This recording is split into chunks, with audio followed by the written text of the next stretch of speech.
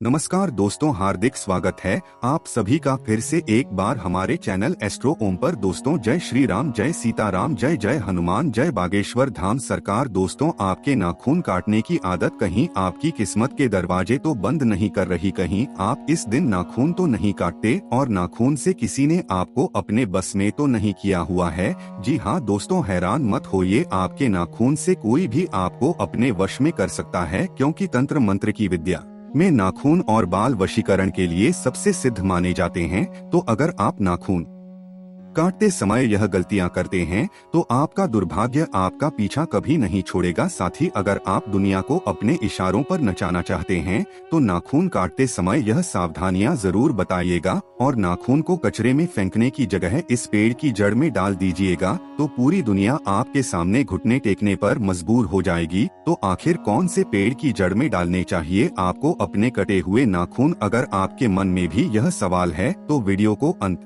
तक जरूर देखिएगा। आगे बढ़ने से पहले वीडियो को लाइक जरूर कर दें, जिससे कि श्री बागेश्वर बालाजी की कृपा आप पर सदैव बनी रहे। चलिए वीडियो में आगे बढ़ते हैं। तो दोस्तों, जब भी तंत्र शास्त्र की बात आती है तो वशीकरण इसका एक मुख्य भाग होता है और किसी भी इंसान को वश में करने के लिए उसके बाल और उसके नाखून मुख्य भूमिका निभाते हैं। इसी के साथ अगर आप सनातन धर्म की तरफ देखेंगे तो आपके बाल और नाखून काटने के लिए भी कई मान्यताएं बताई गई हैं। कई लोगों की आदत होती है कि वह हमेशा अपनी छुट्टी वाले दिन ही नाखून काटने की सोचते हैं और नाखून काटने के बाद हम उन्हें कचरे में फेंक देते हैं। हमने अक्सर अपने घर के बड़े बुजुर्गों से यह कहते हुए सुना तो है कि इस दिन नाखून नहीं काटने चाहिए, वरना तुम्हें परेशानियों का सामना करना पड़ेगा। लेकिन आज की आधुनिकता में इन विचारधाराओं को मानना हम जरूरी नहीं समझते हैं। वहीं अगर हम अपने स्वास्थ्य की दृष्टि से देखें तो शरीर की सफाई में नाखूनों की सफाई रखना बेहद जरूरी हो जाता है।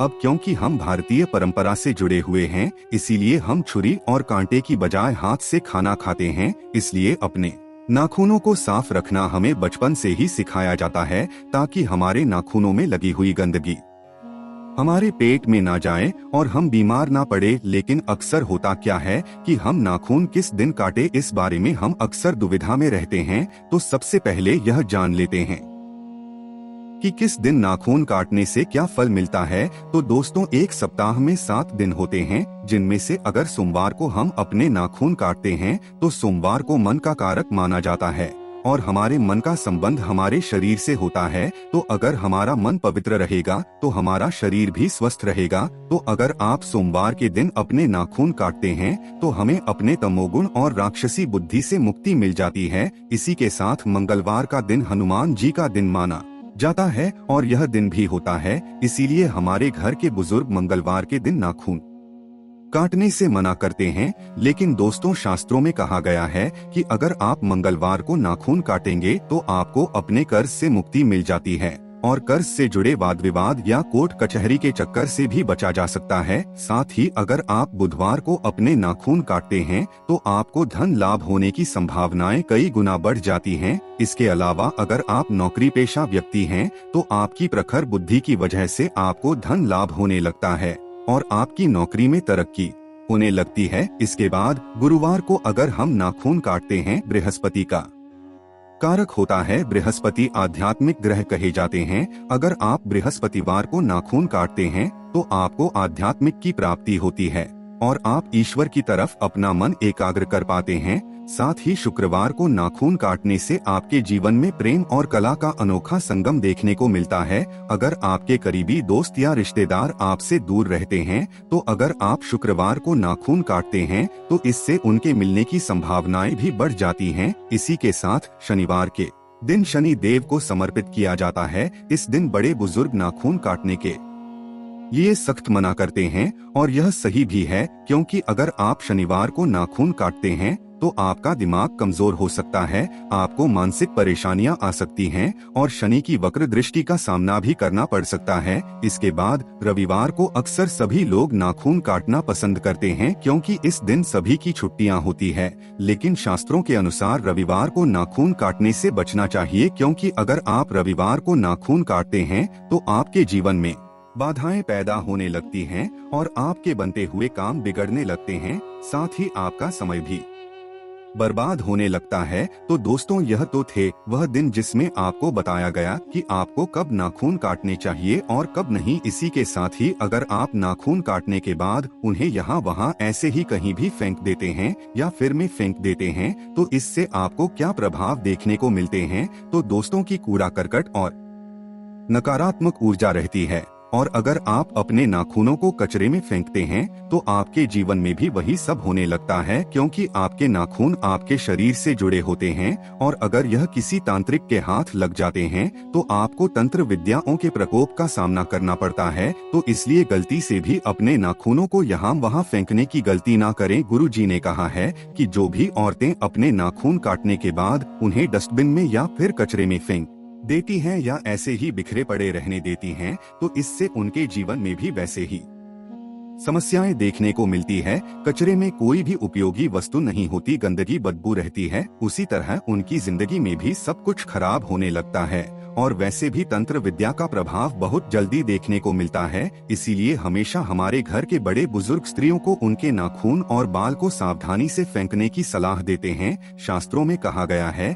कि नाखूनों को काटने के बाद आपको हमेशा उन्हें या तो जला देना चाहिए या फिर किसी पेड़ की जड़ में डाल देना चाहिए। आप उसे गुरुवार के दिन अपने नाखून काटने और शनिवार के दिन उन्हें कपूर और लौंग के साथ पूरा जला दीजिए और जब उनकी राख बन जाए तो इन्हें आप अपने घर में किसी भी पेड़ में डाल सकते हैं। ऐसा करने से आपको अपने जीवन की बाधाओं से मुक्ति तो मिलेगी ही, साथ ही किसी भी नकारात्मक ऊर्जा का सामना भी नहीं करना पड़ेगा। दोस्तों इसके अलावा गुरुदेव ने नाखूनों को बरगद के पेड़ की जड़ में डालने की सलाह दी है। बरगद के पेड़ को सीता माता का वरदान प्राप्त है और बरगद का पेड़ एकलौता ऐसा पेड़ है जो सबसे तेजी से और मजबूती से बड़ा होता है और लंबे समय तक जीवित रहता है। तो अगर आप अपने नाखूनों को काटने के बाद बरगद के पेड़ की जड़ों में डाल देंगे तो इससे आपको बरगद के पेड़ जैसे ही फल देखने को मिलेंगे। आपका धन भी लगातार बढ़ता रहेगा, आपकी सफलता मजबूती से आपके साथ चलेगी और आपके जीवन में कोई भी परेशानी ज्यादा दिनों तक नहीं दिखेगी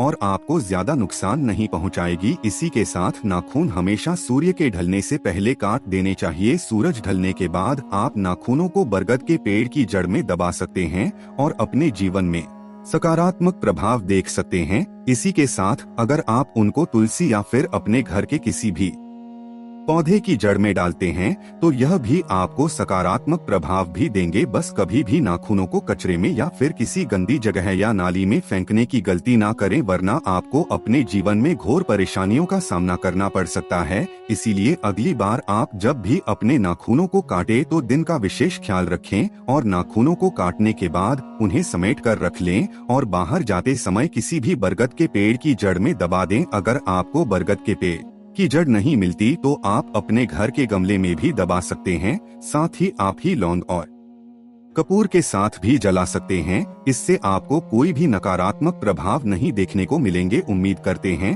दोस्तों कि आपको समझ आ गया होगा कि नाखूनों को काटने के बाद हमें उन्हें क्या करना चाहिए और क्या नहीं। अगर आपको यह वीडियो अच्छी लगी हो तो वीडियो को लाइक जरूर दीजिएगा और कमेंट बॉक्स में जय श्री राम, जय हनुमान, जय सीताराम जरूरी है और इसे ज्यादा से ज्यादा शेयर करके बाकी लोगों तक भी पहुंचाएं। तो मिलते हैं अगले वीडियो में, तब तक आप अपना ध्यान रखें, स्वस्थ रहें, सुरक्षित रहें।